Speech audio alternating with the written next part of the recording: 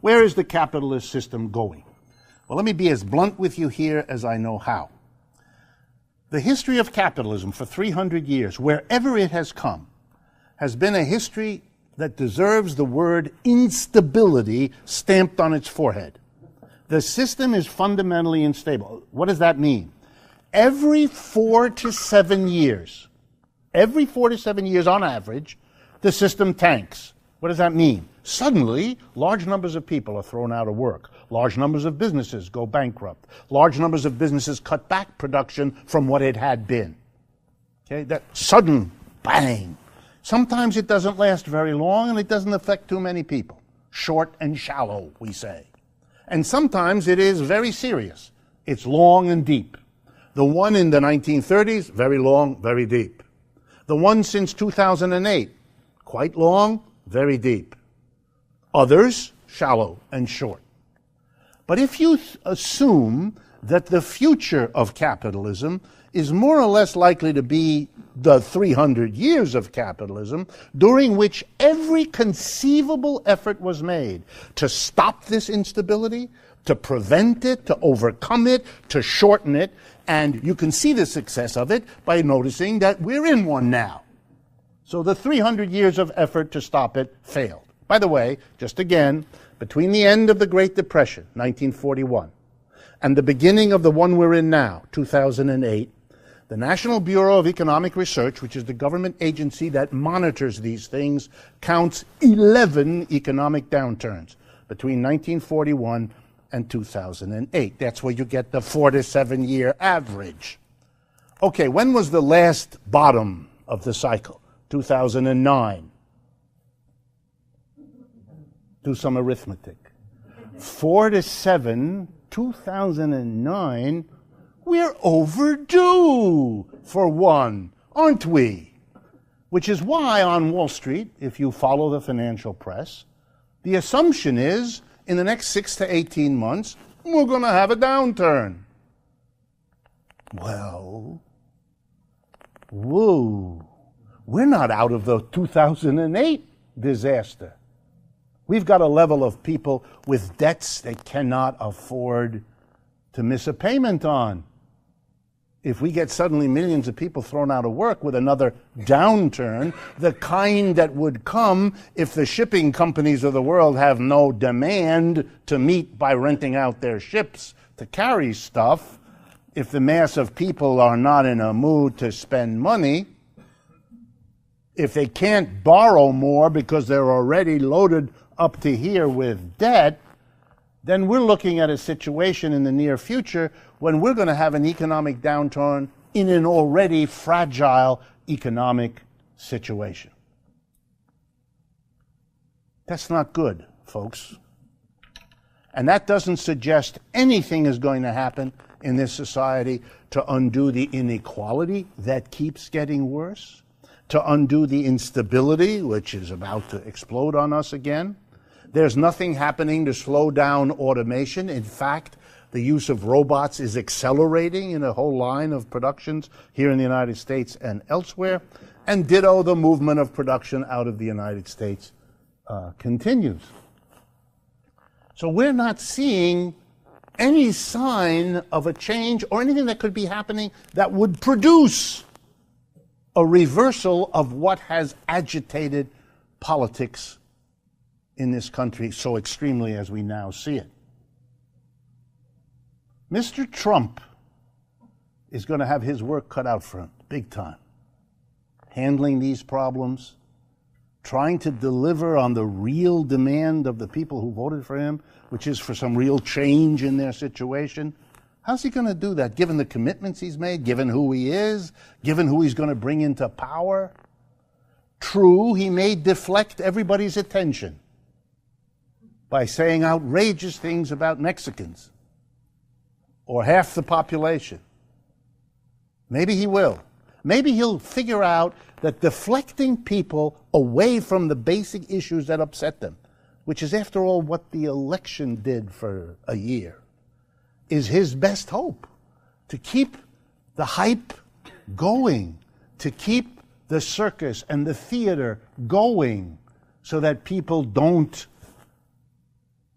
But it didn't work for any of his predecessors to keep doing what they were doing in the hope that whatever got them into office, if they just kept doing it, it would keep them into office.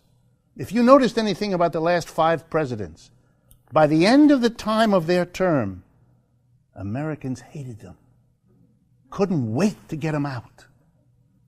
Obama's a little unusual. He didn't have that. People haven't turned against him. But Bush, you remember? The end of Bush's term? At the end of Clinton's term? At the end, they're all, ooh, those Americans have enough because of that betrayal. But if Mr. Trump thinks he can just ride along like all the others, he will be committing the same mistake that allowed him to get into office. He will not have learned from that at all. And if we add to that an economic downturn that is going to plunge a generation of students with already too much debt, with already too limited job situations, with an even worse one as they emerge out of college, we might begin to see things that make Occupy Wall Street look like a picnic in comparison with the level of accumulated anger. Because we haven't begun to see, we've only seen the mildest forms of upset. Occupy Wall Street was very peaceful, was very low-key. Bernie Sanders' campaign, basically the same. And given what the Black Lives Matter responded to, the slaughter of people by the police, their response has been pretty low-key. That's not likely to continue. At least in the past, that's not the way these things usually go. So let me scare you with one thing.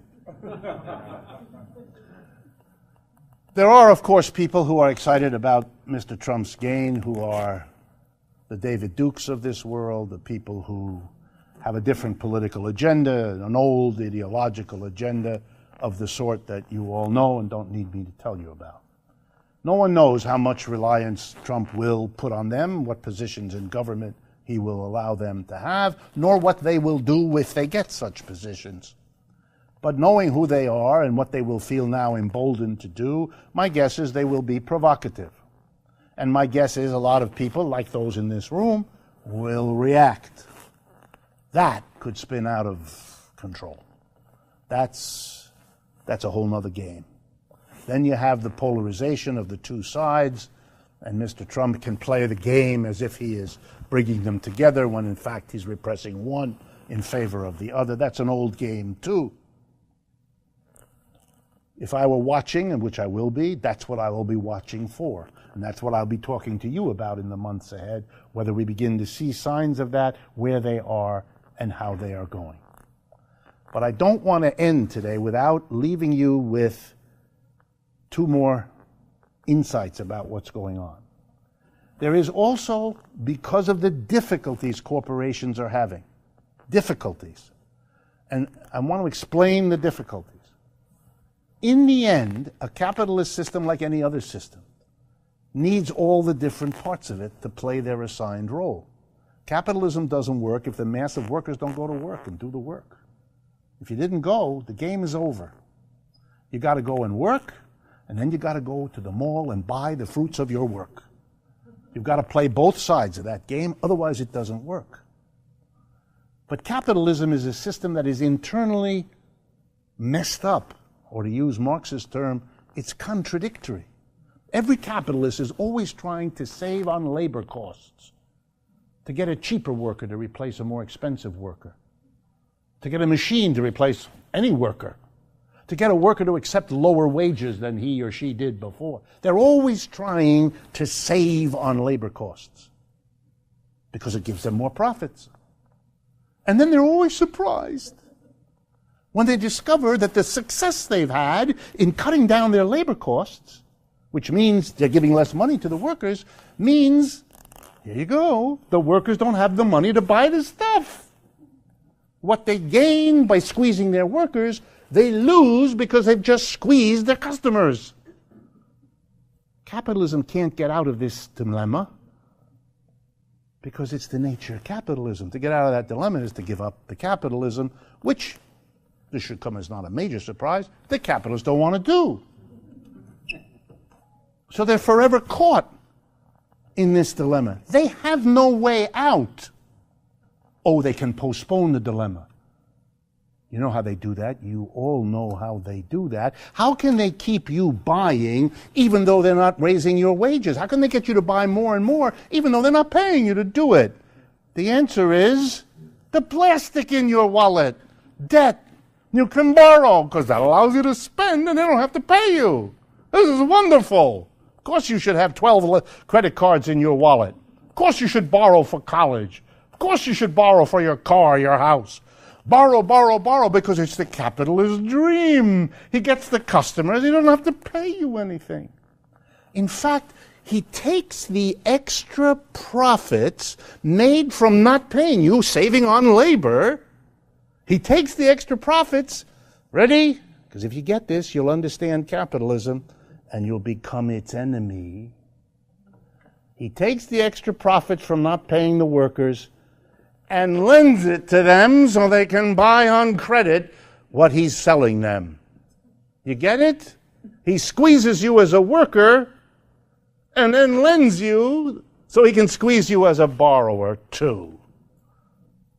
The only thing worse than that reality is the number of American citizens who are grateful for the opportunity.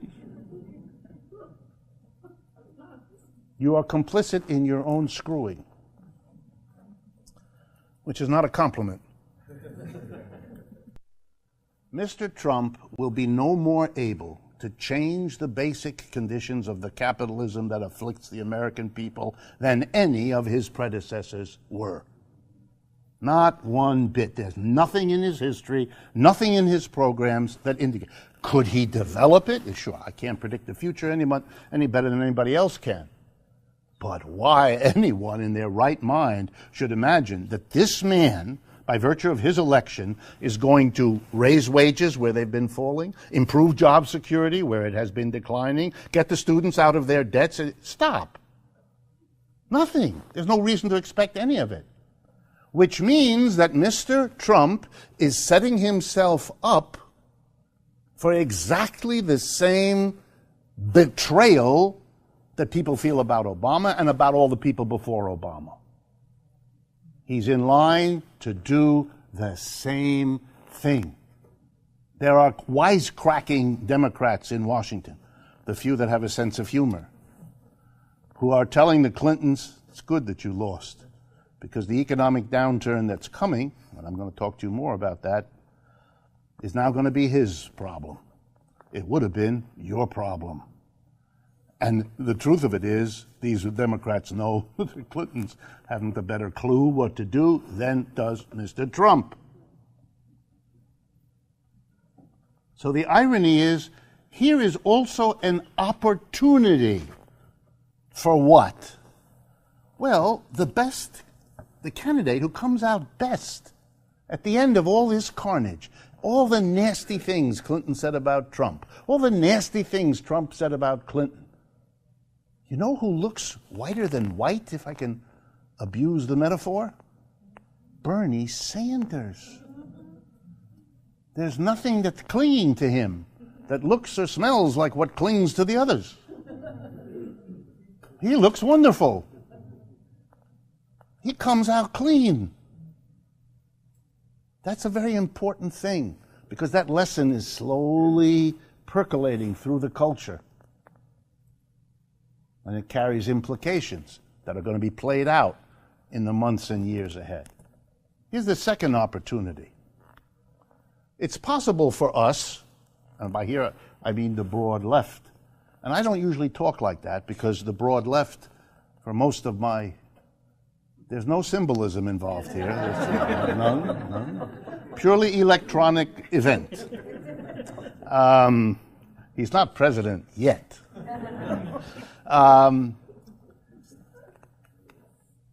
We have a chance as a left, now that we are much larger and know ourselves to be larger, now that we have shown that 13 million Americans will vote for somebody who says, yeah, I'm a socialist.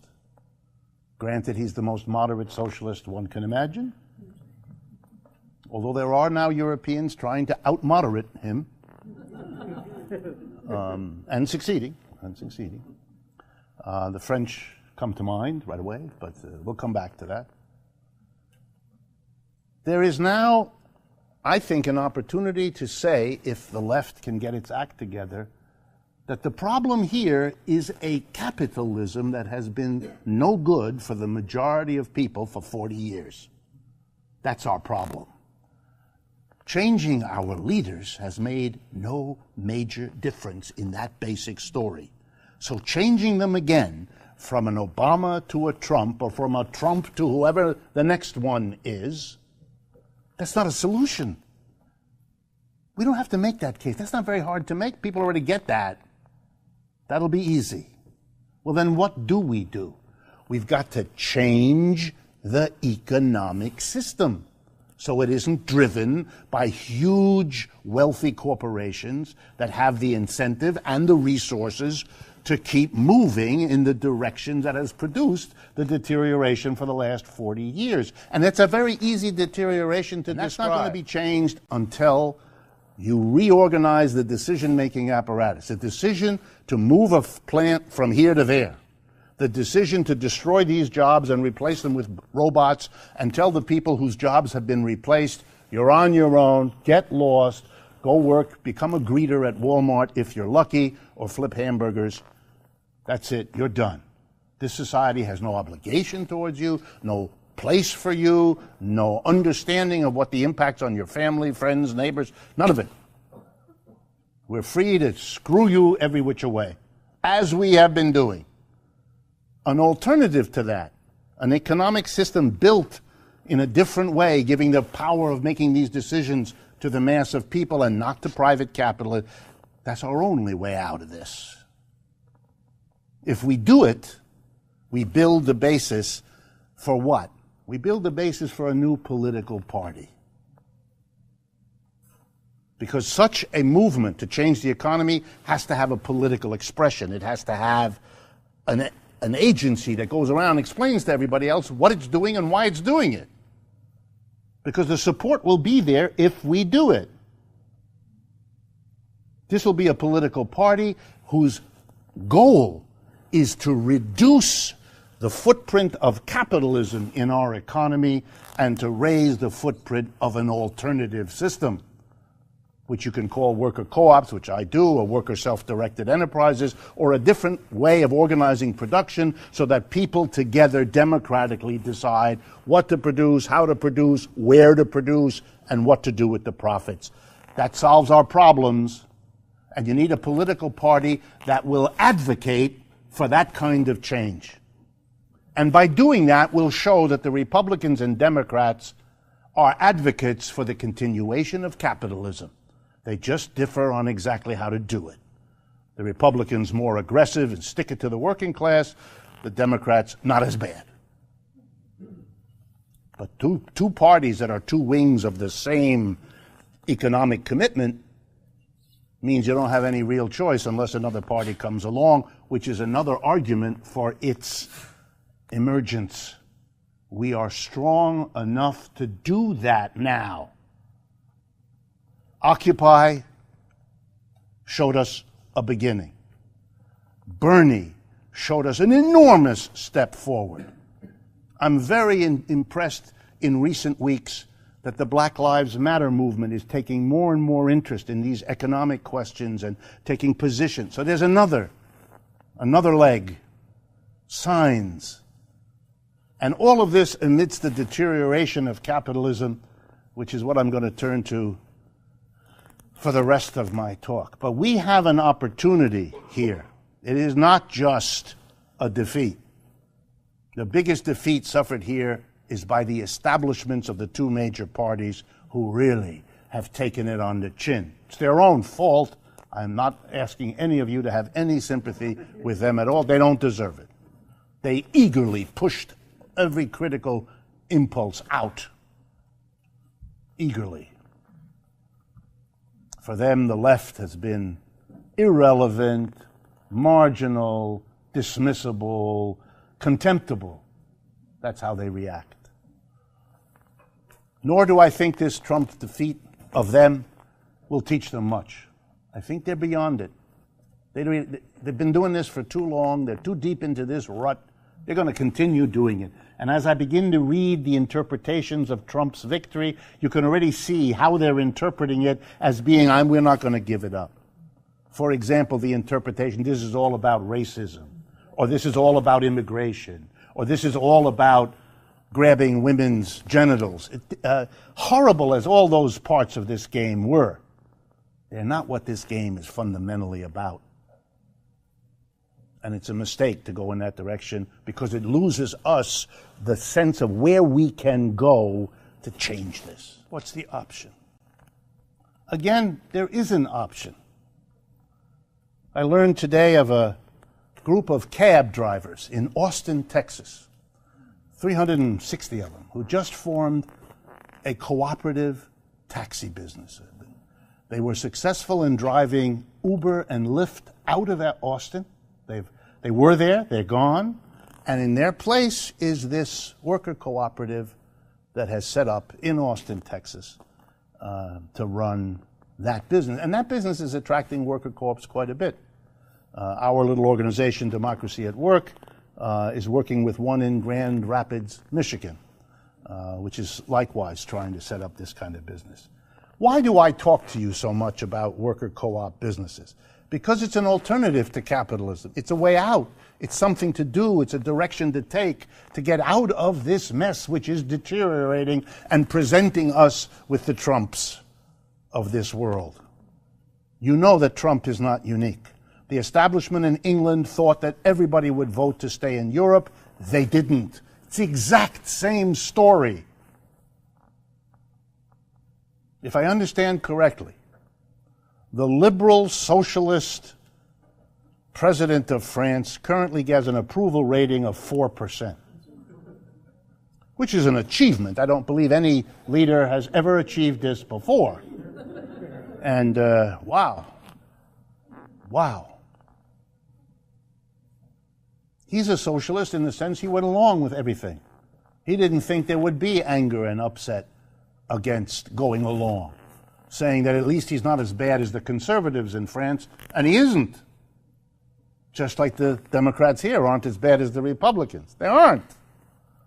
But we're not at that anymore. That won't work. That won't cut it anymore. It's done. And Mr. Hollande is discovering that to his sorrow. The Syriza government in Greece is on the edge of discovering the same thing. The Portuguese government, which I believe I've told you is an alliance of the communist, socialist, and green parties. That's the government of Portugal. I'm sure you all knew that, right? That the government of Portugal is a coalition of those three parties, because the press in this country would want you to know that the people of Portugal made that decision in their last election. Yes, they did. They're all worried. They don't know where to go. Let me be so bold. Here is where you go. You develop a worker co-op sector. You say, this is a way for you to have a job where the job and the security and the income are the number one priority, not profit. You're not driven by profit first and everything else later. Profit is second or third or fourth. First is the quality and the quantity of the relationships and the security and the income of your workplace. That's a worker co-op. It's what it's always been designed to be. Build that sector of an economy. Let the people in this society begin to see what that's like, and they'll vote with their feet. That's where they'll go and shop. Just like they now, some of you shop for fair-traded coffee. Wouldn't you shop for something that said made in a worker co-op in a democratically run enterprise rather than a top-down one that uses child labor in Indonesia, etc., etc.? Come on. A democratic enterprise? What an interesting slogan in a country that takes democracy seriously, or says it does, to democratize the enterprise. Make democracy there. Get rid of the autocrats at the top. You know, you could throw the desks into the river and call it a tea party. Why not? Let me close with reminding you of what has been done in a country very like our own, Great Britain. For those of you that I've told this before, bear with me.